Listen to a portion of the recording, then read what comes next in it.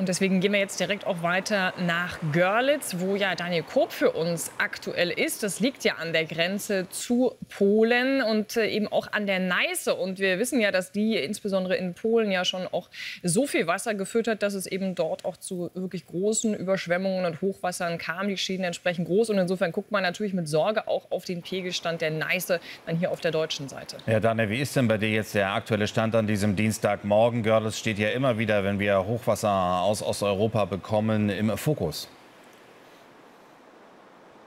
Ja, sprechen wir erst einmal über die Situation in Polen. Denn die Situation in Polen, die ist wirklich, und das muss man an diesem Morgen sagen, deutlich angespannter, als das hier bei uns in Deutschland der Fall ist. Denn was für Nachrichten haben wir aus Polen bekommen, dass die Pegelstände dort an vielen Orten auch noch einmal in der letzten Nacht nach oben gegangen sind. Dass es ja ganze Städte gibt, die ja verwüstet sind, so muss man das sagen.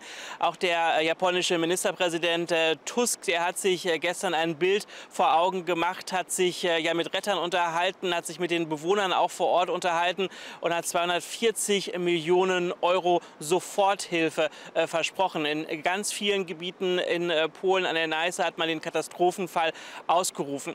Jetzt haben wir es ja von Greta eben gehört, wie die Lage in Österreich aussieht. Und man hatte natürlich die große Sorge, dass es mit einem ganz schlimmen Hochwasser hier auch in Deutschland weitergehen würde. Man muss aber ganz klar sagen, wo wir uns aktuell hier befinden, in Görlitz, und ich gehe einfach mal aus dem Bild heraus und ich glaube, da kann man es auch gut erkennen, hat sich die Lage doch entspannt. Hochwasserstufe 3 am gestrigen Nachmittag. Jetzt sind wir hier nur noch bei Hochwasserstufe 1. Also wir hatten den höchsten Pegel gestern am späten Nachmittag und der ist doch jetzt über Nacht noch einmal deutlich nach unten gegangen. Ich hatte die Möglichkeit, mich mit vielen Menschen hier auch in Görlitz schon zu unterhalten.